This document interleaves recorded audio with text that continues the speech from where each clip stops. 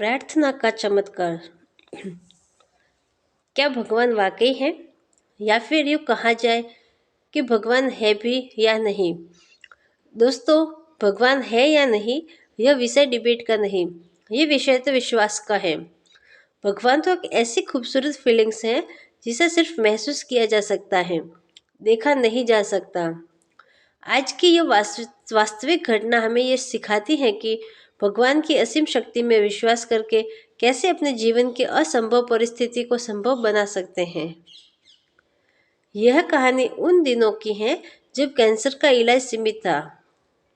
एक डॉक्टर थे जिनका नाम था डॉक्टर मार्क। वह कैंसर के स्पेशलिस्ट थे। डॉक्टर मार्क ने कैंसर पर एक रिसर्च की थी जिसके लिए उन्हें एक सम्मेलन में सम्मानित किया जाने वाला था।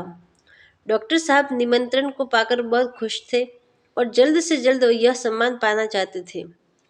इस सम्मेलन में भाग लेने के लिए डॉक्टर साहब को 3 दिन बाद फ्लाइट लेनी थी। डॉक्टर साहब तय समय पर एयरपोर्ट पहुंचते हैं और फ्लाइट लेते हैं। तकरीबन 45 मिनट की दूरी तय करने के बाद फ्लाइट में तकनीकी खराब की वजह से फ्लाइट की इमरजेंसी लैंडिंग करानी पड़ती है। अब जहां फ्लाइट की लैंडिंग होती है वहां से ट्रेन की कोई कनेक्टिविटी नहीं होती है और अगली फ्लाइट 10 घंटे बाद होती है। इसलिए डॉक्टर साहब अपनी आगे की यात्रा टैक्सी के द्वारा करने का निर्णय करते हैं। वो अपने दोस्त की मदद से वहाँ एक टैक्सी लेने की सोचते हैं, पर उन्हें अपने दोस्त के माध्यम से पता चलता है कि वहाँ हफ्ते भर से ड्राइवर्स की हड़ताल चल रही है, जिस वजह से कोई भी ड्राइवर आगे चलने को तैयार नहीं है। पर यह सब सुनकर डॉक्टर साहब कहाँ रुकने वाले थे। दोस्त की कार लेकर खुद ड्राइव करके यात्रा जारी रखते हैं। तकरीबन 4 घंटे की दूरी तय करने के बाद डॉक्टर साहब को परेशानियां एक बार फिर से घेर लेती हैं और बहुत तेज आंधी शुरू हो जाती है और देखते ही देखते आंधी भयंकर एक तूफान का रूप ले लेती है। जब तूफान शमता है तो डॉक्टर साहब खुद को एक सुनसान वीरान जगह पर फंसा हुआ पाते हैं, जहां दूर दूर तक उनकी मदद करने वाला कोई नहीं होता। तभी अचानक दूर उन्हें एक झोपड़ी दिखाई देती है और वह मदद के इरादे से वह झोपड़ी तक पहुंच जाते हैं।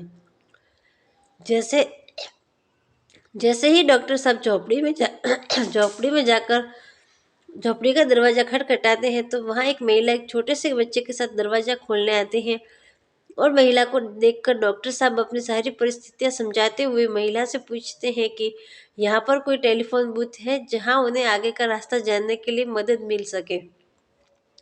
महिला एक सरसरी नज़र डालते हुए डॉक्टर साहब से कहती है कि यहाँ तकरीबन 1 से 1.5 घंटे दूर एक टेलीफोन बूथ है।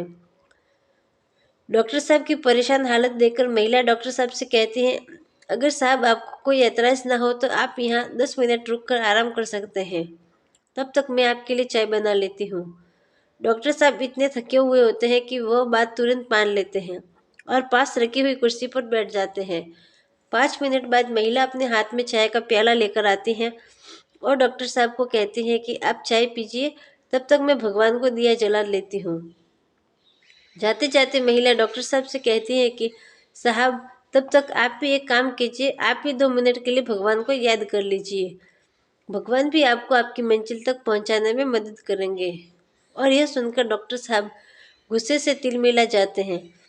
दोस्तों, ये बिल्कुल वैसी ही परिस्थिति थी कि जब हम किसी परिस्थिति में परेशान हो और कोई मुफ्त का ज्ञान दे रहा हो और डॉक्टर साहब महिला से गुस्से में तिल मिलाकर कहते हैं कि मैं आपकी जानकारी के लिए बता दूं कि मैं एक पढ़ा लिखा होनहार काबिल इंसान हूँ और मैंने आज तक जो कुछ भी कमाया है अपने दम पर कमाया है।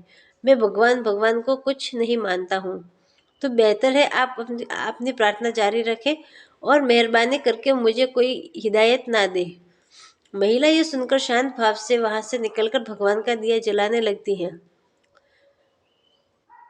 डॉक्टर साहब चाय पीते पीते एक निगाह से उस महिला के भाव पढ़ने की कोशिश कर रहे होते हैं और उन्हें जरा भी देर नहीं लगती है ये जानने की कि महिला वाकई में भगवान से कोई बहुत बड़ी मदद मांग रही है। जैसे ही महिला दिया जलाकर वापस डॉक्टर के पास आती है तो डॉक्टर साहब सवालों की बौछार शुरू कर देते हैं। डॉक्टर साहब महिला से पूछते हैं, क्या तुमको वाकई में यकीन है कि भगवान है? क्या तुमने आज तक भगवान से जो कुछ मांगा है क्या भगवान ने तुम्हें दिया है? इसके जवाब में महिला कहती है, भगवान है ये मुझे पता है, लेकिन जो मैं मांग रही हूँ वो वास्तव में भगवान ने मुझे दिया नहीं है। फिर भी मुझे पूरा विश्वास है कि एक ना दिन भगवान मेरी प्रार्थना का जवाब जरूर देंगे। ये सुनकर डॉक्टर साहब हैरानी से पूछते हैं कि भगवान ने आज तक तुम्हें कुछ दिया ही नहीं जो तुम मांग रही हो, फिर तुम भगवान पर विश्वास कर रही हो कि वह तुम्हें देंगे। ऐसा क्या मांग रही हो कि तुम्हें लगता है कि वह तुम्हें देंगे? जवाब में महिला अपने पास खड़े 4 साल के बच्चे को अपनी गोद में उठाकर कहती है कि ये मेरा इकलौता सहारा है। मैं एक विधवा हूँ। इस बच्चे को कैंसर नाम की बीमारी है और मैंने सुना है एक डॉक्टर है, डॉक्टर मार्क, जिसके पास कैंसर का इलाज है। अब ना तो मेरे पास इतने पैसे हैं और ना ही उस डॉक्टर का पता ठिकाना, पर फिर भी जब मैं रोज प्रार्थना करती हूँ कि मुझे ये विश्वास होता है कि कभी ना कभी मेरे भगवान कुछ ऐसा प्रबंध करेंगे जिससे मेरे बेटे का इलाज संभव हो जाए, मेरे बेटे को एक नया जीवन मिल जाएगा। ये सब सुनकर डॉक्टर साहब हैरान हो जाते हैं और तभी ये सोचते हुए डॉक्टर साहब के दिमाग में एक रील घूम जाती है। उन्हें याद आने लगता है कि कैसे एक इमरजेंसी लैंडिंग के कारण उन्हें एक फ़्लाइट छोड़नी पड़ती है, कैसे हड़ताल की वजह से वह टैक्सी नहीं ले पाते और भटकते हुए यहाँ आ जाते हैं। ये सब सोचकर डॉक्टर साहब की आंखों में आंसू आ जाते हैं और वह महिला से कहते हैं, वाकई ईश्वर महान है। डॉक्टर साहब कहते हैं कि आज तुम्हारी प्रार्थना का जवाब तुम्हें मिल गया है। मैं ही डॉक्टर मार्क हूँ। तुम्हारे भगवान ने मुझे यहाँ भेजा है तुम्हारे बेटे की सेवा के लिए। दोस्तों, भगवान और कहीं नहीं, हर पल हमारे साथ हमारे विश्वास में मौजूद हैं। दोस्तों, हमें अपने जीवन की समस्याओं पर रोने की जगह अपना समय प्रार्थना में लगाना चाहिए। फिर चमत्कार परमेश्वर के हाथ में है। मेरी कहानी कैसी लगी, सब्सक्राइब कमेंट करके बताएं। मेरे चैनल को लाइक